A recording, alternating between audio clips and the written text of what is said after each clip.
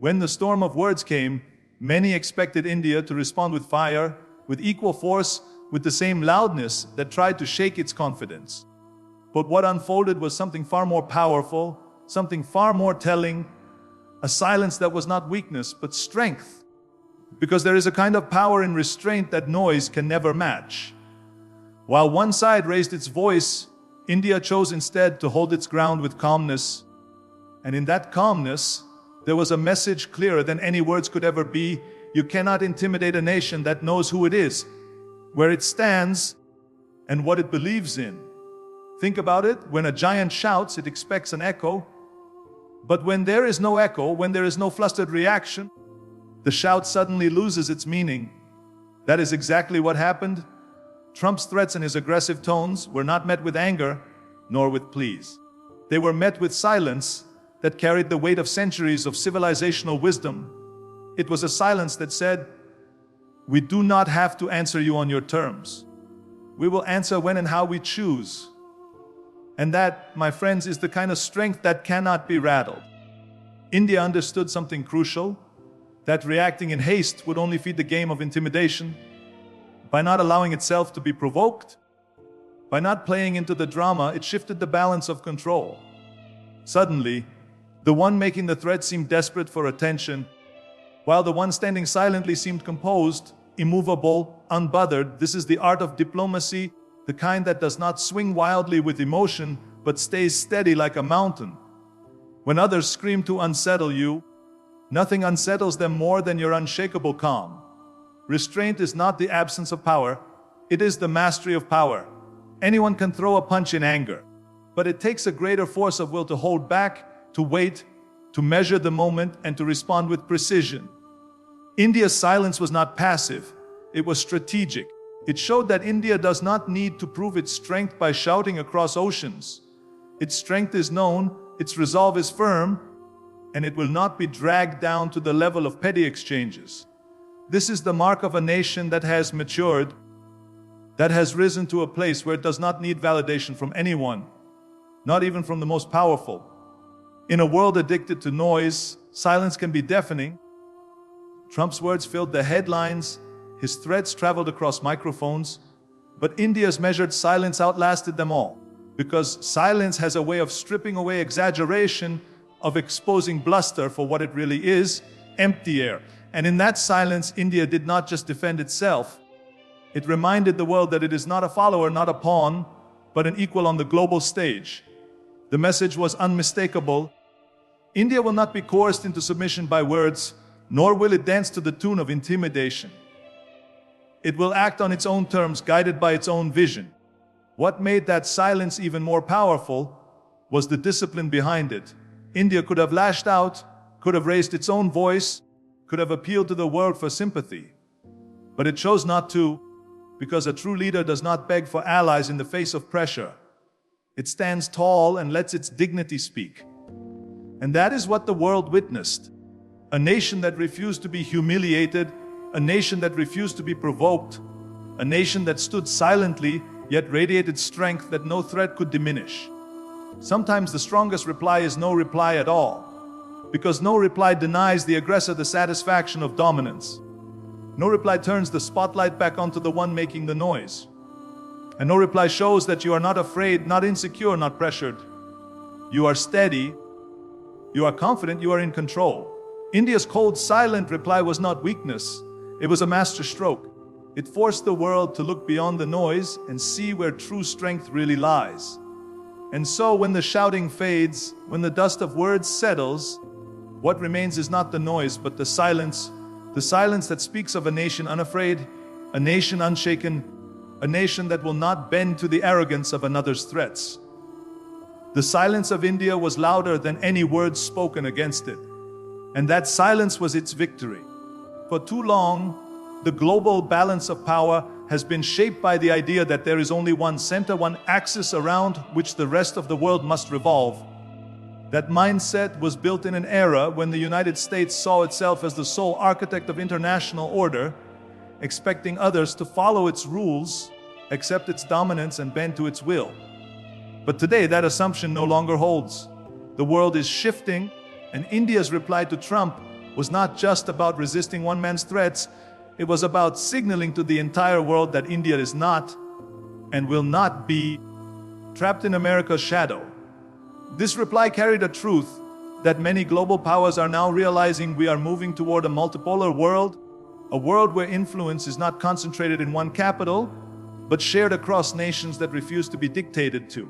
By standing firm, India was saying that it does not need approval, nor does it need to be validated by Washington.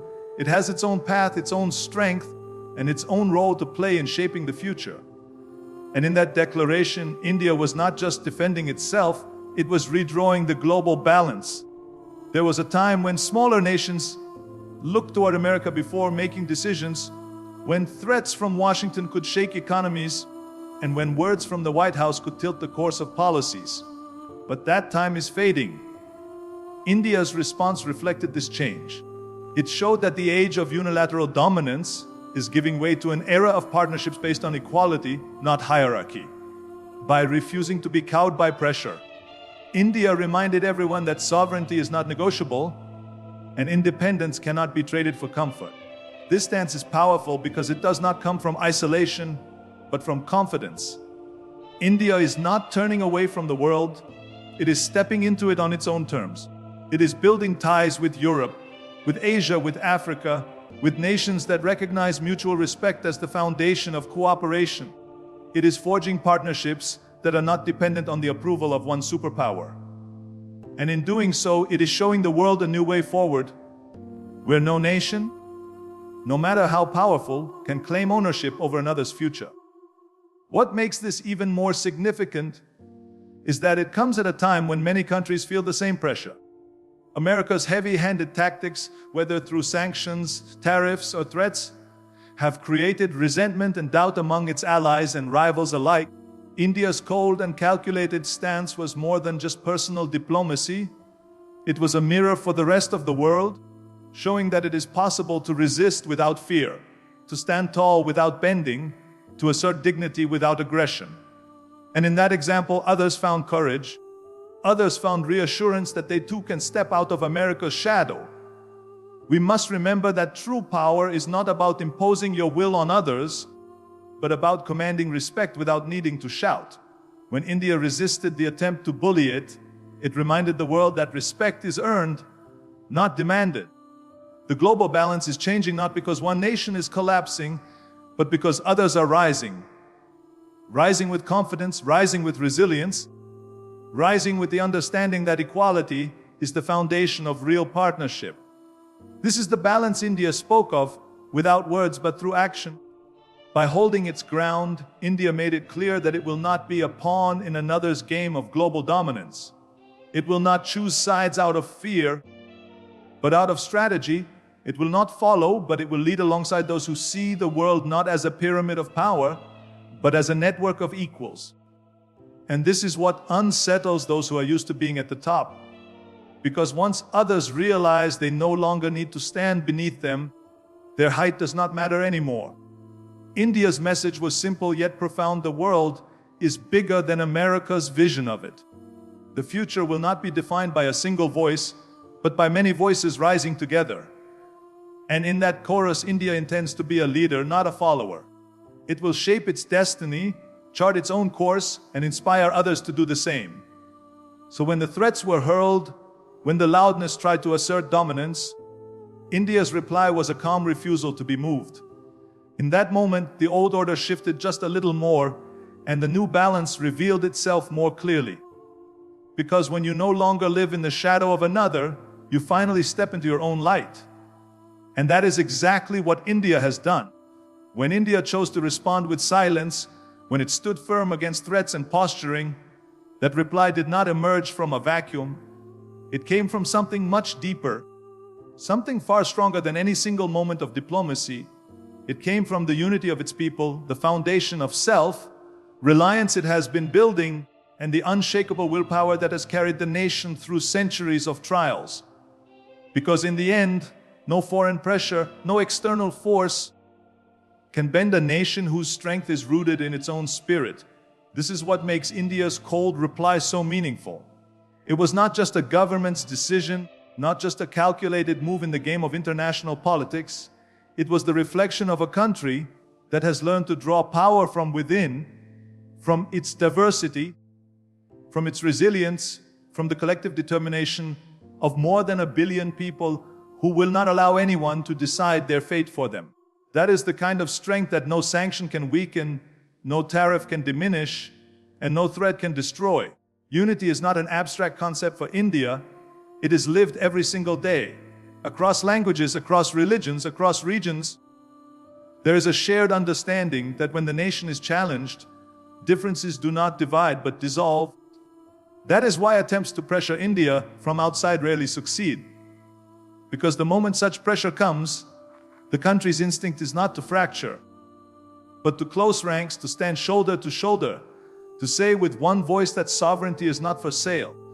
This collective resilience is what gives its leaders the confidence to remain calm, because they know the strength behind them is unbreakable, and that unity feeds into self-reliance. India has long understood that dependence on others is a weakness that can be exploited. That is why it has worked tirelessly to build its own capabilities, to strengthen its industries, to invest in its technology, to become less vulnerable to the whims of foreign powers. It is not about shutting the world out. It is about engaging with the world from a position of strength, not dependency. And when a nation can look at threats from abroad and say, we will endure because we can sustain ourselves, that nation becomes untouchable. That was the spirit behind India's measured reply. It was not a gamble. It was confidence born out of preparation, out of years of effort to stand on its own feet. But perhaps the most important element is willpower.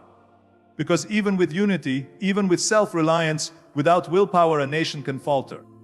India's history is a story of endurance, of refusing to break even when the weight of empires pressed down on it. That spirit has not faded.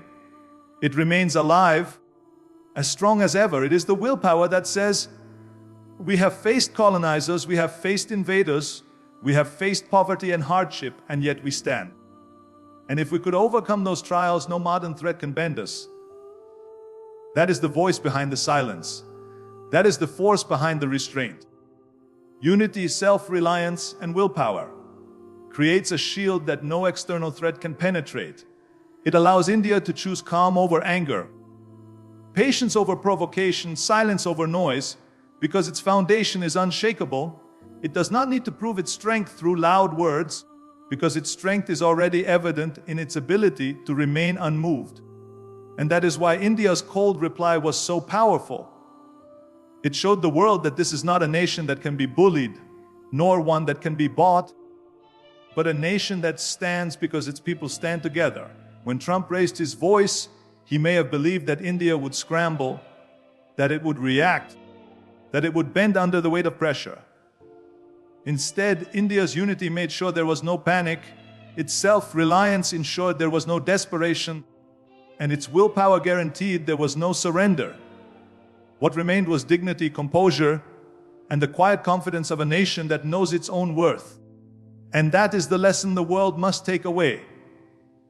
The real strength of a nation is not measured in the noise it makes, but in the calmness it carries when tested. It is not measured in the weapons it holds, but in the willpower of its people. It is not measured in how loudly it declares its independence, but in how firmly it lives it. India's cold reply was a reminder of this truth, that a country built on unity, grounded in self-reliance, and guided by an unbreakable willpower is a country that cannot be broken. And that, more than anything else, is why the world listened to India's silence.